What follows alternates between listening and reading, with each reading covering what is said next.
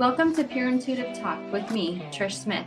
I'm a multi-dimensional channeler sharing my gift to assist others to connect and work with their whole being, helping bring them into a beautiful way of high-frequency living. Immerse yourself in an hour of nourishment that feeds your spiritual journey and invites you to embrace your empowered soul. You'll feel armed with new understandings for how to shift from pain to love as we explore topics from shamanic sound healing to gut health. Are you ready to take accountability for the impact that we have on the world around us and learn new tools and techniques to feel whole again? Of course you are, and you're in the right place. Pure Intuitive Talk starts now.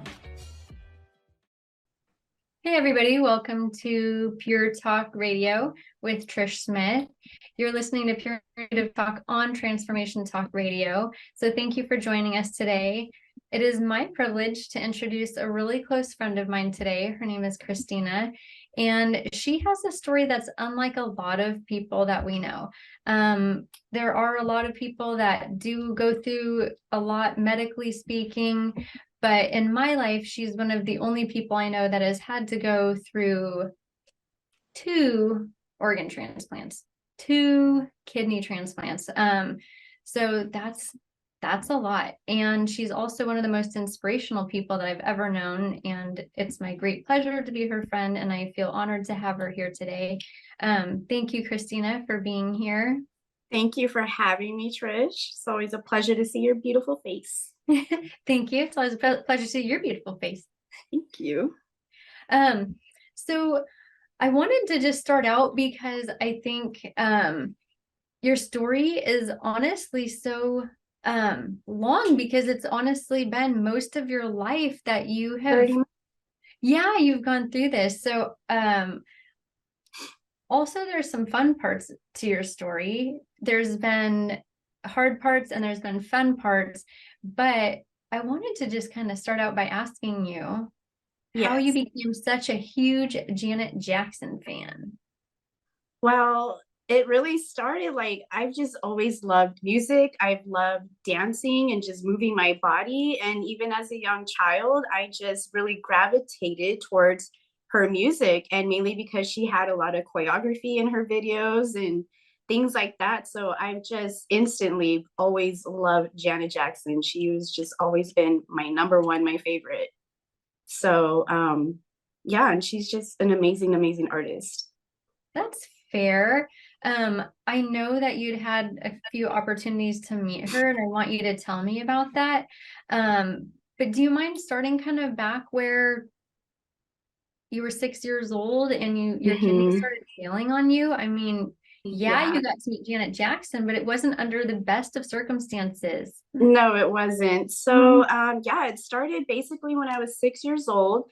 I got really sick, started having severe abdominal pains. I started getting rashes. Even my joints would start hurting. I would start to get swollen, like in my legs and my feet. And my mom took me to a couple places and nobody could figure out what was wrong with me. And finally, we went to Loma Linda, and then that's where they did just numerous tests, and they came to the conclusion that I was in renal failure. I had caught Hennick purpura, and say that 3 times. Can you say that 3 times? I probably don't even say it right. It's called Hennick purpura, I believe. Also HSP for short. And so, and it happens, like kids ages 10 and under could catch that. Okay. But so, I caught that rare kidney, that rare disease, and it affected my kidneys severely.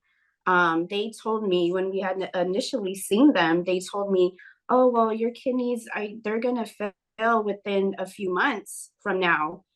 And, of course, it was sad to hear. But they literally, from when we saw that 2 weeks later, completely my kidneys just shut down on me, and I had to start dialysis like right away. So that's basically where that all started. And I can't imagine at 6 years old that you were able to understand how large of an impact that was. I mean, for a 6-year-old to be able to process all that, Yeah, and I don't think I did. I was just going with the flow, you know. I was a kid. I just know that I was sick. I knew that I was not feeling well, and you know, having to go on hemodialysis like 4 times a week. You know, we lived in like Elsinore, and just driving back and forth to Loma Linda 4 times a week, it was a lot. And I just remember having to get poked so many times, you know, blood tests and being hooked up to the dialysis and the catheter. And yeah, you don't forget that as a kid, just the traumatic experience of going through something like that at, you know, such a young age. And you were saying it only took a few weeks for yours to then shut down. Oh yeah. What happened from there? So yeah, from there they, you know, oh, you need to go on dialysis right away. So that's what happened. They put me on dialysis right away.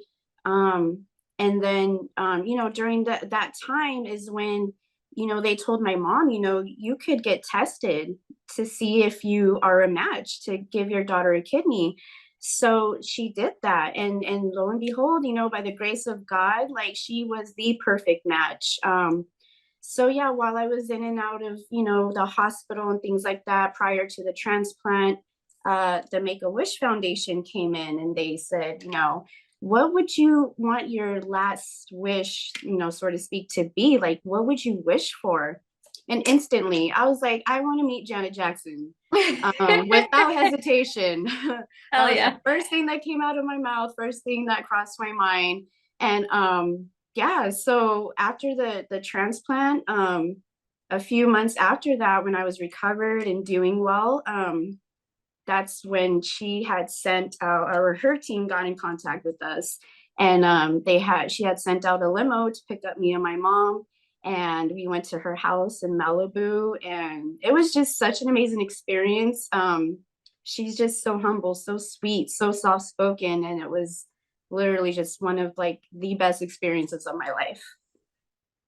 But that wasn't even the only experience that you had with her. That's what is kind of mind blowing, because I remember you telling me these stories in our past, and Mm-hmm. like it didn't even stop there. No, it didn't. And you know, like when I wished to meet her, I was just thought like, okay, it's gonna be one meeting, one and done. And that was it, you know. Thank you, Janet, for taking the time out to meet me.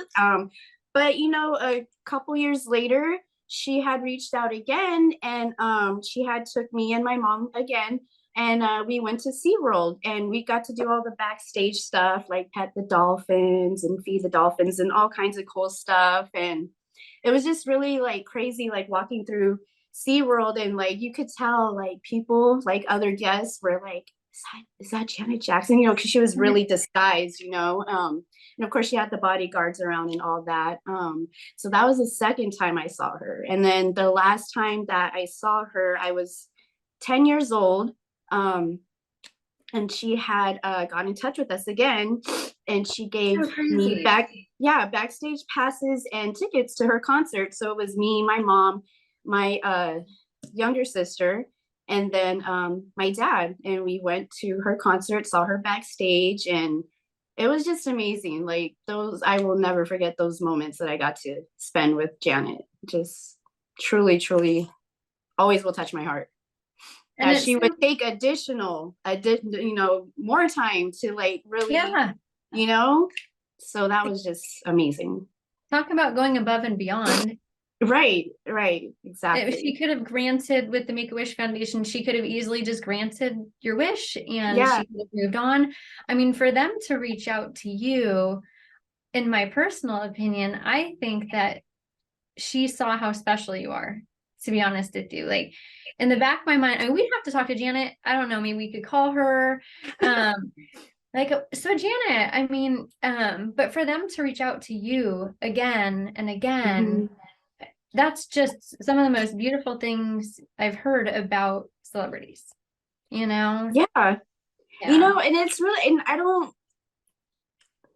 don't know, maybe this like happened to be a reason, but like I remember when we went to her house, being so young, I've just always been just so like just the feeling of God just over me constantly, it was especially after the transplant. So when we went to her house and we were all going to have dinner, I looked at Janet and I was like, Janet, can I say a prayer before we all eat? And so Okay, make me cry. That's what I did. I literally, I love you. at 7 years old, I said, excuse me, Janet, can I pray over the food? And so that's what I did. So maybe that touched her heart. I don't know, but yeah, it was pretty awesome. Well, clearly she saw in you what I've always seen in you. And that's what I try to do when I come across people. Like I try to leave a good feeling, like if I leave somebody's presence, I want to leaving them feeling good, or you know what I mean? Like I've always aspired to just want to make my friends, my family, anyone I come across feel peace or joy or you know what I mean? Anything like that. That's just who I've been always. Yeah, it's true. I mean, we've only been friends for like 10 years. But yes, you've always touched me and it's just been an interesting walk with you, because with everything that you go through, and then you'll be like, I'm just worried about you. I'm like, what? Like, so I mean, at 6 years old, your kidneys fail. And then you get an organ transplant. And it sounds like it was almost kind of a quick lived, because you got so sick so fast. And then next thing you know, you have an organ transplant. And then the next thing you know, you're in Janet Jackson's house. Yeah. So I'm wondering, like at 6 years old, you were sick, very, very sick. Yes. It wasn't a super long period of time. Like, how did that make you feel? Were you like, man, I'm so sad I was sick? Or you're like, man, I'm so glad I needed a kidney. I got to meet Janet Jackson. Like, what? Do you remember? That's definitely a bonus. Absolutely. But yeah, of course, being sick is no fun at all. Yeah. And just, that's been my whole life, in and out of the hospital and doctor's appointments and things like that. And, there's so many people that go through that, now, and children, and my heart just goes out to them, because I know like it's tough. It's tough on the child. It's tough on the family. It's definitely, you'll remember that when you get older, just the trauma of what you had to go through at such a young age of just being so sick. And I can imagine you at 6 years old, like, I just knowing you, like, I can honestly see you being that age and actually being worried for your mom who is having surgery, and, being worried about the people taking care of you. Like, I can actually see most 6-year-olds aren't like that, but I can honestly see you being concerned about, like, is my mom going to be okay? Like, I can imagine feeling like that. Did you go through all of that as well? Oh, absolutely. I remember just drives that I would take with my mom and just looking over at her. And, my mom has always been a super strong woman, just since I, came into this world, and just seeing the things that she had to go through as well. Backtracking real quick, it wasn't easy when I first got sick. My mom was in a very abusive relationship with my biological father, and so I had to go and live with my grandma, because I was just so sick, and my mom was over there getting beat up and things like that. And I did see a lot of the things that she had to go through, and it was really sad. And so just anytime I looked at her as a child, when we were going through these things and driving to dialysis, like I just admired her so, so much. And of course, I would grab her hand, and, we just look at each other and stuff like that. And I was always worried for my mom. Still am, because, she's getting up there in age, and now she only has the one kidney, but she's doing great. There's some health issues that she has, but it has nothing to do with her only having one kidney, just some of those things you get as you age. But as we age. She's doing really well. So I thank God for that. You two have a very precious relationship. Oh yeah. I love the bond that you guys have. Mm-hmm. Always, we will always have that. And even still, even though her kidney had passed, it lived its course, we still celebrate our kidney anniversary every year, October Oh. 23rd, 1990. So every October 23rd, we'll go out to the movies, or we'll go out to dinner, or something like that. But we definitely will always celebrate that. That is so cool. Well, Yeah. we've only got another minute before we have to go to break. Okay. Thank you, everybody, for tuning in. We're going to take a short break here. You're listening to Pure Intuitive Talk on the Transformation Network with my very, very dear friend, Cristina Cancino, giving us a little inside look at the life that she's lived. And when we get back from break, we're going to be talking about what happened next for Cristina, because her story didn't end there, just like most of ours, right? If we're alive, we're still going, right? Our story is not ended yet. But when we come back, we will get into the next chapter of her life. So thank you, everybody, for tuning in. Stick with us. We'll be right back.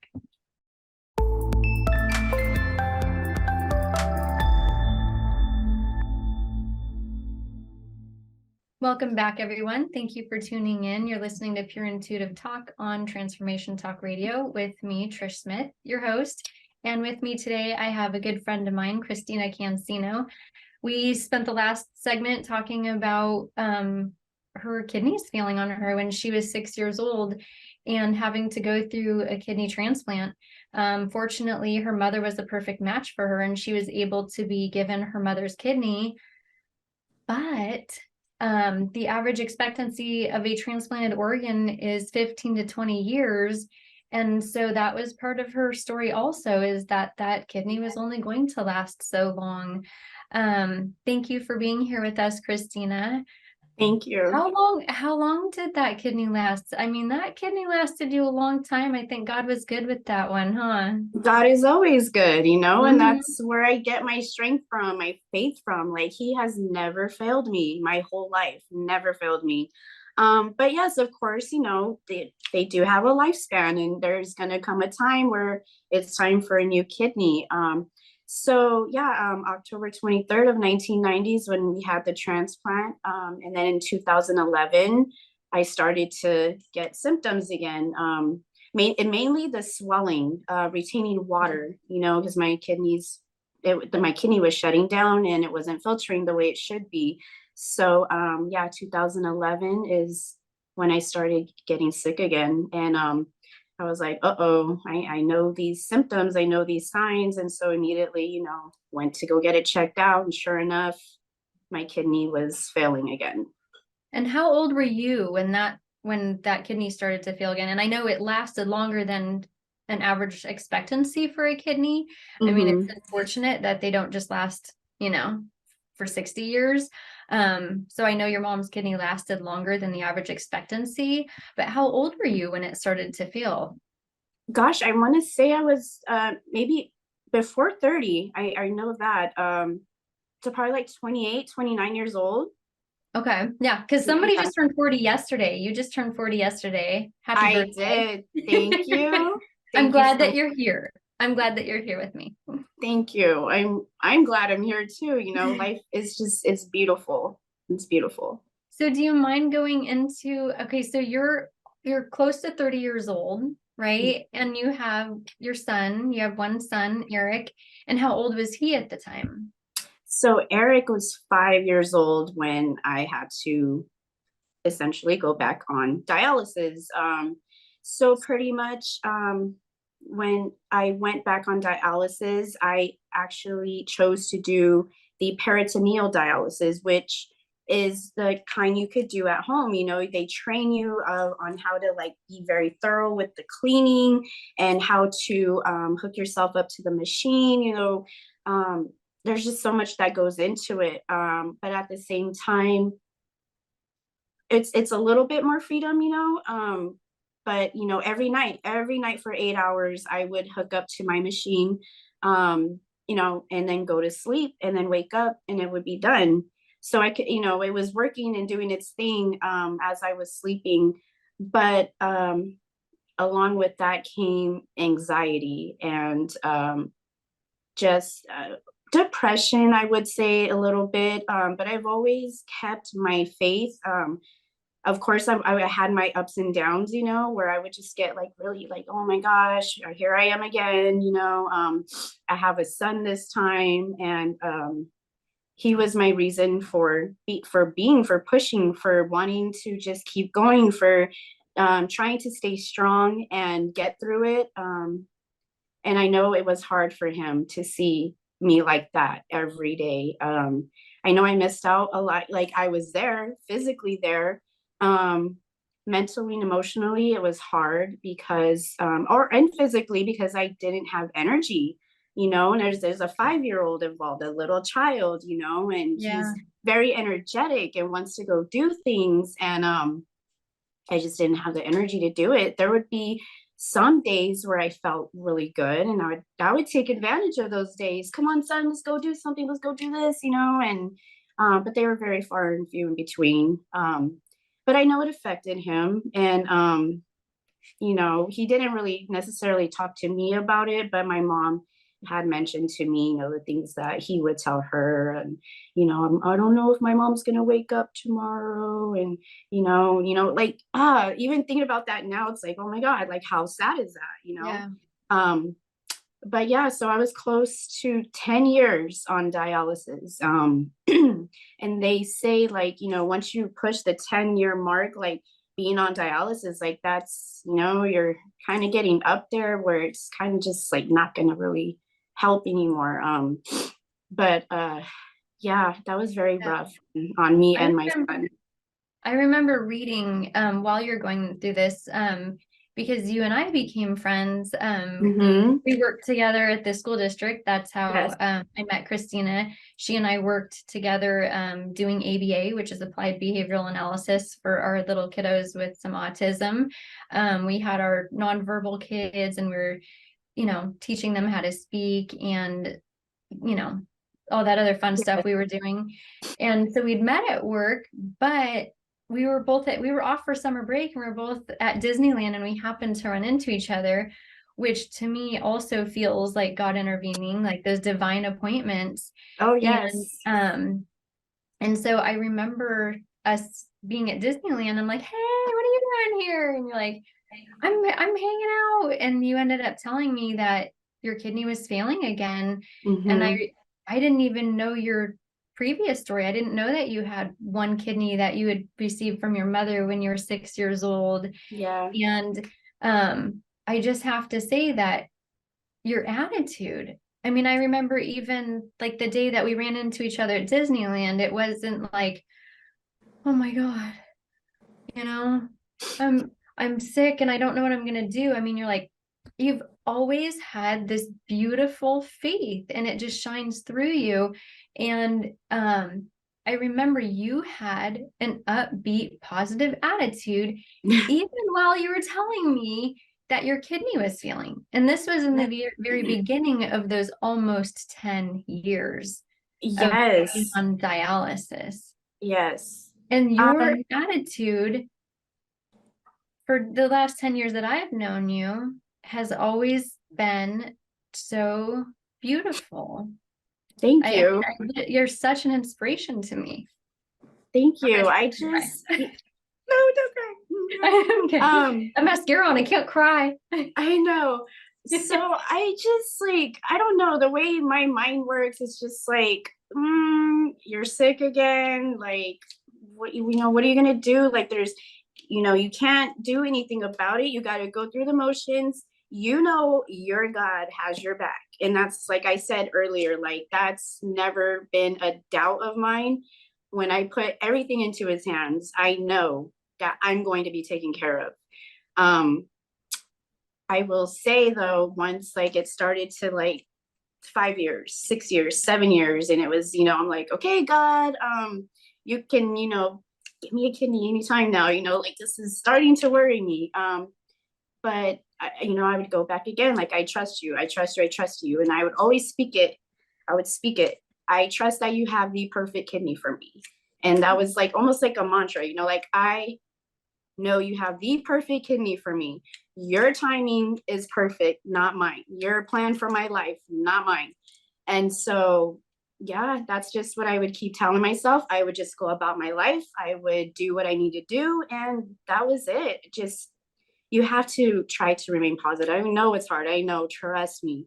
Um, but I always strive to just be positive about my situation. Also, because I didn't like to worry my family, my friends, I didn't like pity parties, like I just didn't want anyone to look at me like I was helpless. So yeah, I just try to keep it positive all the time. Yeah, it's fascinating because for you to be able to go through life putting your best foot forward while I mean, I remember reading while you were going through that because I tried to inform myself. I remember reading that the average life expectancy on dialysis was 6 years. Yeah. Mm-hmm. So here you were coming up on 10 years. And I mean, I was scared. So I would imagine that you were scared also. But like you said, you held so tight, not held, let's not put that past tense because you still do hold onto your faith Yes. so strongly. Like Well, here's you got a strong hold on your faith. small as a mustard seed. That's all you need, right? And it's small, but it's great at the same time.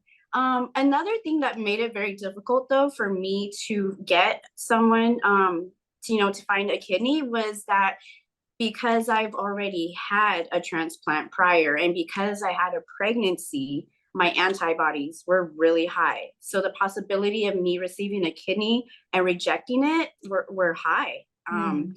I've had friends and family get tested, and because of my antibodies, it was very hard for anybody to match with me. I think Rachel Walter, I Rachel remember Walter, when Rachel was a match. yeah, she was a match, and of course, they want you to be in the best of health when you are going to donate a kidney. And we had a date set and everything, and then one of her tests came back to where she had some health things going on, and she wasn't able to donate to me. And I remember that day when she came to tell me, and she was just so heartbroken, so heartbroken. And but yeah, so we came close, and I'll always love Rachel for that. I remember her being devastated. I Yeah, remember her calling me and telling me, I found out I'm a match. yeah, And then I remember her being devastated when her doctor wouldn't clear her yeah. because of her own health issues. Mm-hmm. I know it was hard. It was hard on her, and I want to cry. Crying is good. It's I good. know. I'm It just gets very messy, but it's thankful. good for us. I'm very thankful for the family and friends that did try to get tested for sure. Um, so yeah, so it was hard for me to get a match. I also had Loma Linda call me, and they're like, we have we have a kidney available, but the donor, they're deceased, and and I could have taken it. But with the deceased donor, the expectancy, the lifespan of a kidney, it's not, it's lower than living donor. And I had to think. I really had to think to myself, like, that's a major decision. Do I want to take this kidney? And I declined it. I did because in the back of my mind, and this goes back again to my faith, I'm like, no, I know God has the perfect kidney for me, a living donor. And then so I waited and I waited and I waited, and God kept me strong. He kept me going. And I've always had the greatest support from family and friends, like truly blessed, like friends such as yourself, like just always there, always checking on me, always there to, help me out in any way. Being a single mom, and it was really hard financially. I know, remember you threw that car wash for me to raise money because my car had it was done. So I needed a new car, and just so many things, so many family and friends that just would gather around to help me. And that is truly a blessing. Definitely blessed for that. Well, that was definitely the least that I could do to help you out. But I have to say, like, that is an extraordinary amount of faith to decline a kidney that could possibly not last very long. I mean, really, who knows? Mhm. It could have lasted 2 years, 6 years, but it's not Mhm. going to be a long-lasting kidney because you knew that that perfect kidney was coming for you. I felt it. I felt it with my whole being. I just knew, just one of those things you can't explain. Um, I just the reassurance of God, you know, He has what's best for me. And so that's what I waited on. I just remember, and I'll probably have to talk about this when we get back. We'll have to go to break in a little bit, but I just remember so many times with my struggles with depression and anxiety and panic attacks, because I have complex post-traumatic stress disorder. I Mhm. just remember so many times you being worried about me, and it would just blow my mind. I'm like, what? Like, how is she worried about me? Like, she's on dialysis. Like, she doesn't know how long this could last. She doesn't know if her kidney is coming. And here, this beautiful woman is sitting around worried about me. I just the love I have for family and friends is just so great, like I will Mhm. always worry and want to make sure and know that my people, my tribe, they are well no matter what I'm going through. Well, you're definitely one of the most special humans I've ever known in my entire life, and I hold you in the highest regards. We do have to go to a break. Thank you, everyone, for tuning in. You're listening to Pure Intuitive Talk with Trish Smith on Transformation Talk Radio. Today, we have my friend Cristina here. We're shedding a couple tears. It's a lot. It's very moving. It's a powerful story, and it's not just a story, it's your life story, and it's what you've lived with and what you lived through, and the ups and downs. And I'm so grateful that you're willing to share it. So we do have to go to a break, but when we come back, we'll continue hearing more. So thank you, everybody, for tuning in. Stay with us.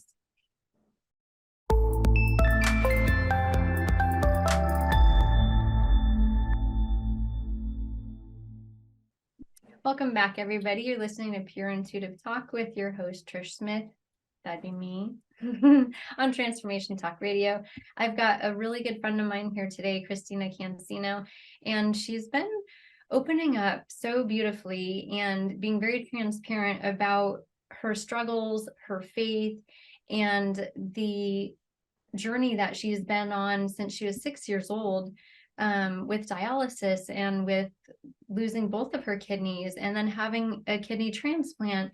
And then that kidney over a 21-year period Mhm. failing. And then once that kidney starts failing, now we're on dialysis 8 hours every single night, tied to that machine, Mhm. that was being your kidneys for you. Yes, But thank you for being here with me. I really appreciate you. I really appreciate you being absolutely. here, and I love you to death. You know that. And Um, I love you even more. we could go on a war about that. Like, so we don't want to get that I'm started. ready. When I go out to Oregon, girl, it's on. Right? We're gonna be like, no, I love you more. No, I love you more. No, seriously. So thank you again for being here. And where we left off, we were talking about what kind of faith that it takes to put your best foot forward, because in my experience, when I spend time with people that really have very serious medical conditions that they struggle with, they're just not as positive as you are, and they're not putting their best foot forward all the time like you do. I mean, with my complex post-traumatic stress disorder, I try, and I typically will put my best foot forward, but sometimes, like, I'm not. And I've just been always so impressed by how well you do put your best foot forward. Like, you show up as the best version of yourself all the time. Thank you. I appreciate that.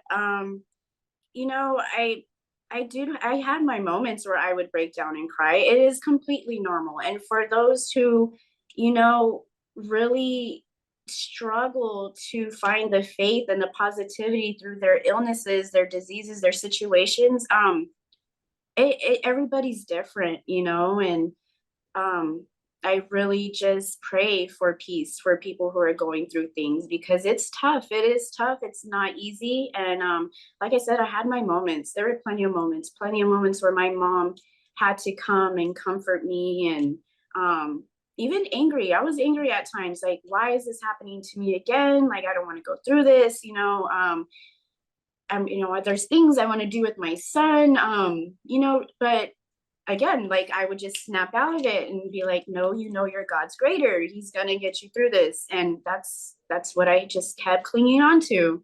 And Tell me a little bit about your grandma, because I remember, you know, in our conversations in the past, mhm. you I think you learned some cool things about your faith from your grandma. Am I wrong? Oh, absolutely. My grandma was such a prayer warrior. She was constantly praying. I just remember, you know, because I had to go live with her when I was sick. Like I said, because my mom, you know, she was in an abusive relationship with my biological father. So you know, I lived with my grandma for a while. And I kid you not, all throughout the day, I would just see her cleaning, praising God. She always had worship music on.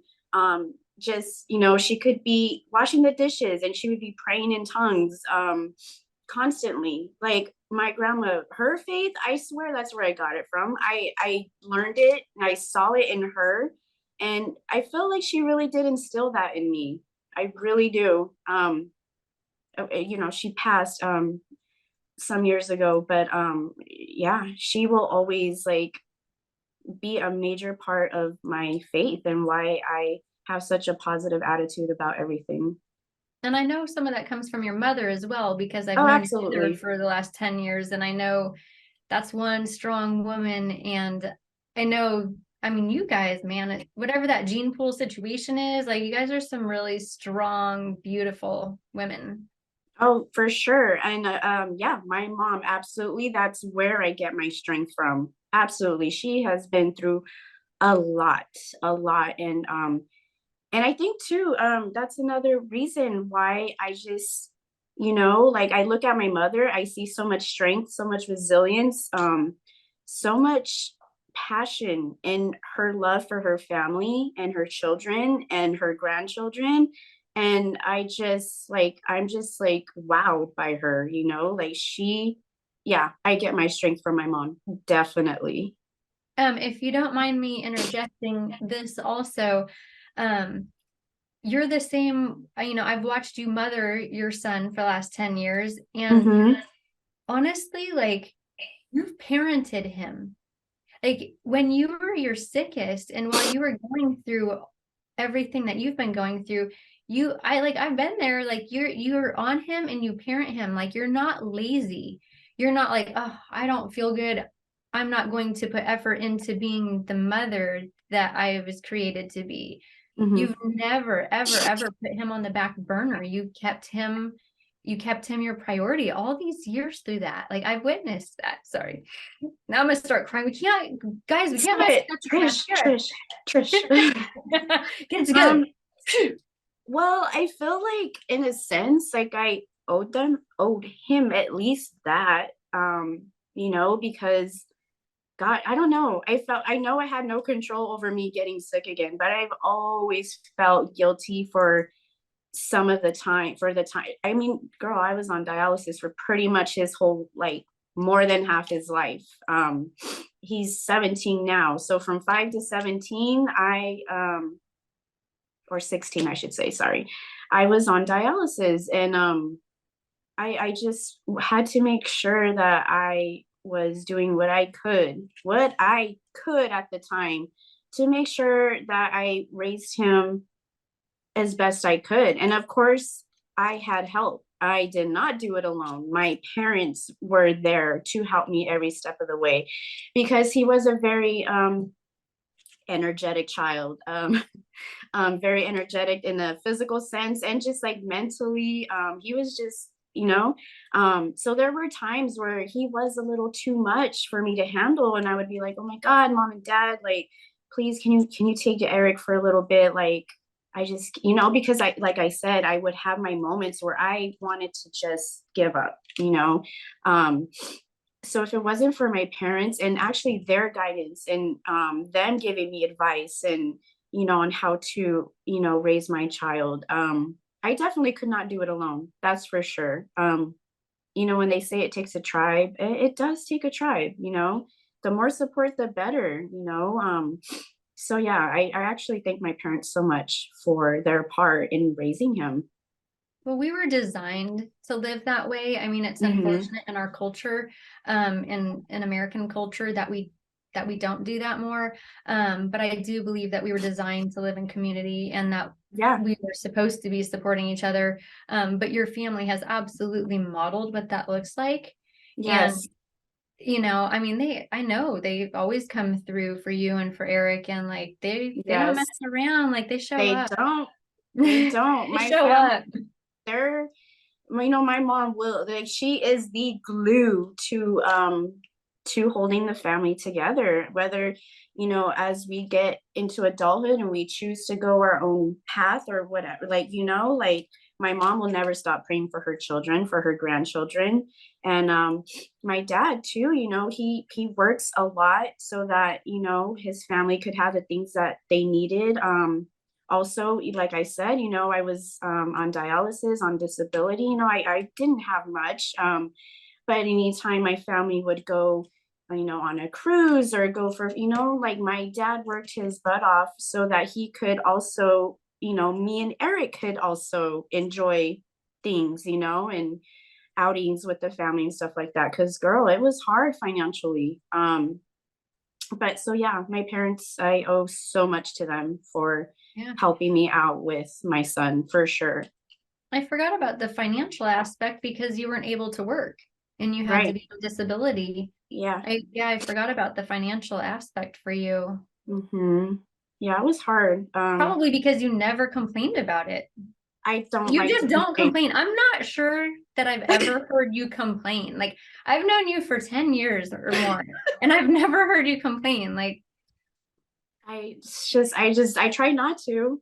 I might have complained here and there and be like, oh wait, what am I complaining for? Like, at the end of the day, when I really think about everything, like, I am blessed. Do I have, like, and to me, the wealth that I have that I'm so thankful for is the family and the friends, the love and the support. That is my wealth, and that is what makes me happy and brings me peace. And so yeah, it was hard financially, but the abundance of love and support around me, that's my treasure.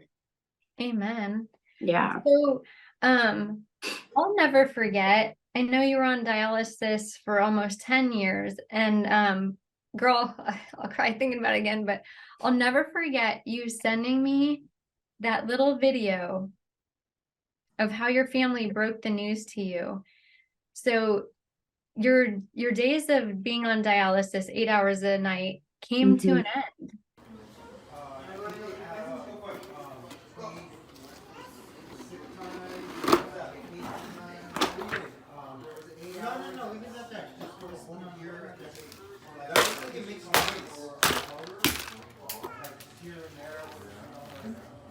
Kidney beans.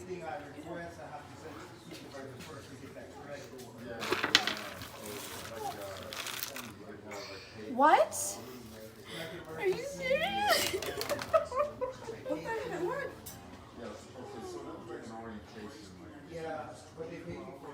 Oh shit!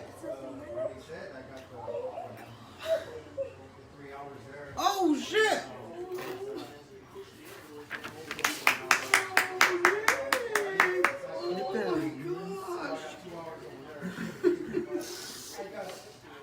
Fucking kidney beans! I was wondering, I'm like, are they beans?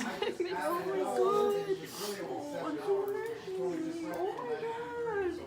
god! Man, you little brat. Oh, I'm so happy, Merce. This is a wonderful thing you're doing. Oh my goodness. Wow. Oh my God. What a nice presentation. You want mice? Wow. So what's the deal? Yes. Do you mind sharing that rad story? So my sister just had the family get together at her house, and my sister at the time, she was, doing like she had her business of making like strawberry chocolate covered strawberries and just all kinds of like chocolate treats, and those like shells that are made of chocolate, and you break them and there's like stuff inside. So you said, oh, I want to have the family together, for dinner and stuff like that. So everyone was there, and she had told me, she's like, hey, I want to make a video to post to my page, for my business. She's like, do you think you could break it for me while I film you? And I was like, oh yeah, sure, totally oblivious, didn't think nothing of it. And so, yeah, so she started filming me, and I started, breaking. It was a rose, a beautiful pink rose. And I started breaking it, and I look inside, and it still didn't dawn on me. I was like, okay, there's beans in here, kidney beans in here, still not putting two and two together. And then she kept pointing inside. And so I started moving all the kidney beans out of the way. And inside was a card. And on, in the front of it, it says, we are a match. And I just immediately like lost it. We hugged each other for a good long while. And then that's when she told me, she's like, yeah, I've been going through the process of getting tested, and we're a match. I'm gonna give you my kidney. And so that's how she broke the news to me. And just, it was beautiful, just so beautiful. Honestly, that's like the coolest way. I'll never forget watching that video. I'll have to see if they can put it into this for sure episode, because girl, I watched that video, I bawled like a baby. Like I just bawled and bawled. I'm like, oh my God, I still cry when like I scroll through my my camera roll and I come across it, and I'm just like, oh my God, like I'll get emotional all over again. And my sister's very creative, she's very I want to say, even after that, so then another time she took me out to go eat for breakfast, and she had the waiter, every single waiter in the restaurant, one by one, and as like maybe every 10 minutes, they would all bring me a rose. And while we were having breakfast, so here comes the waiters and the waitresses, and they're like just handing me a rose, and I'm just like, oh, thank you. And of course, my sister's looking at me smiling. And then so by the end of the breakfast, she gave me a card again, and she said, save the date, and she had the date of our transplant on it. And I was just like, oh my God. So that was touching as well too. That's so beautiful. And we only have another minute until we have to go to break again. But I'd like to continue when we get back, talking about obviously how much your sister adores you and how much your mother adores you, and honestly, how much everybody that knows you adores you. You are a very special soul. You just are. Thank you. So, but how cool is that? I love the way that she did that. Yes. Crazy creative. Like that video it's I could watch it a million times. I know. I was like, oh my God, girl, like you're romantic. Like you can be romantic. Like, That's what I was thinking. I'm like, when you're talking about the roses, I'm like, oh, will she marry me? I'm happily married, but I'm just saying, like, that's pretty rad. You know what I mean? Like, yeah. It was very special for sure. Very special. So we do have to go to break, and when we come back, we'll get into more of that. And thank you everybody for listening to Pure Intuitive Talk on Transformation Talk Radio with me, Trish Smith, your host, and my special guest today, Cristina Cancino. We'll be back in just a minute. Stay tuned.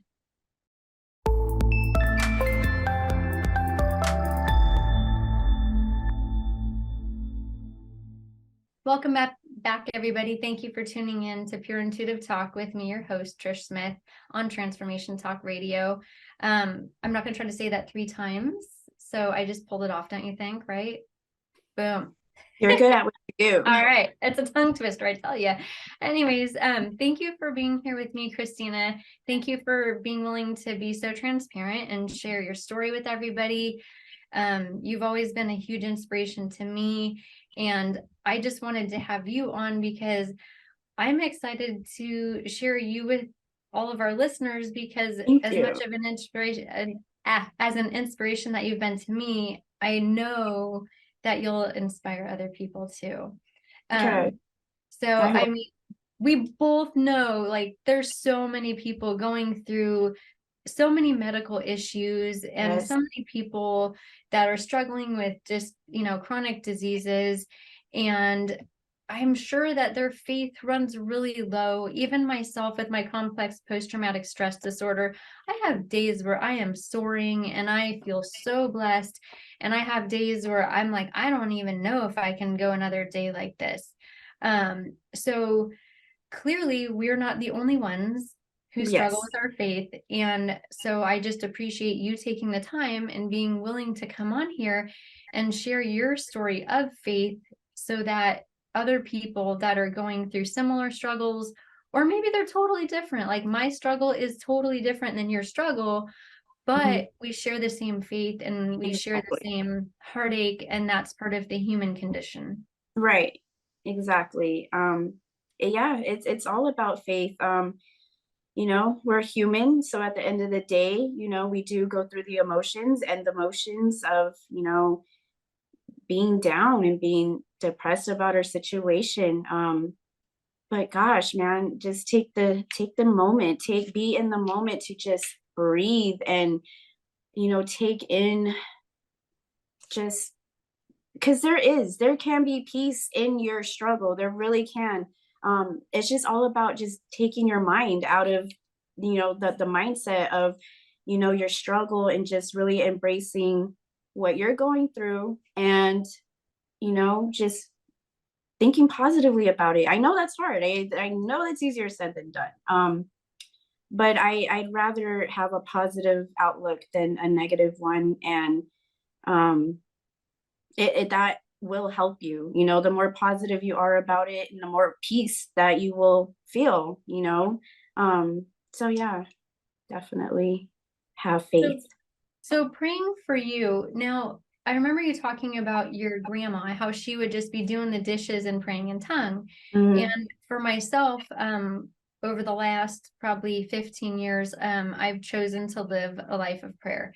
And so mhm. for that as well, it's like, yeah, I mean, doing my dishes, like you said, I mean, even our mundane things that we go through, we can do them in Mhm. service. We can do them with a heart that's like, I'm so fortunate to have this like hot running water to do my dishes in. And I'm so Yes. fortunate to have this warm bed to sleep in. Like I have heat in my house, I have clean drinking water.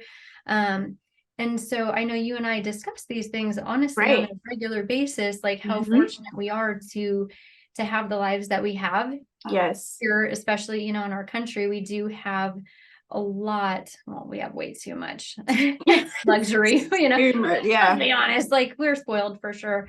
But I mean, for you and I know that we don't take advantage of it. I know that every day that we live a life of gratitude Very for grateful. the love that's given us to us, Yes. and for the relationships that we have, and for, you know, our food and our shelter and all that Yeah. other stuff. But I mean, for you, like for myself, when I'm praying, and I just really I go into like my connection with the divine, and it's Mhm. almost, I just have like, it's just communication, like it's just Yeah. like I'm having a conversation with God, and I just, that nonstop communication with the divine and listening and learning, and that's probably one of my favorite ways to spend my time. Well, it is Oh my yeah. favorite spend my time, but just Mhm. being in that space with the divine and having those conversations. So what does that It's look like for liberating. you? It's so like freedom. It's freedom. It's gosh, it's almost indescribable, just the peace of the stillness, the conversation that you have with God. Because you literally just talk to him like, he's your friend. He is there. And like you said, like we were talking about the other day, just praying with intention, and you know how you pray, pray as if these things are already happening, thank you for my healing body, thank you, and even the specifics of, I sometimes even like when I lay down, I'm just like, God, thank you so much for my bed, thank you for this pillow, thank you for providing the car that I have, because he definitely provides and he knows. It's just amazing. Like, it's a different type of love, that's for sure, and overwhelming peace.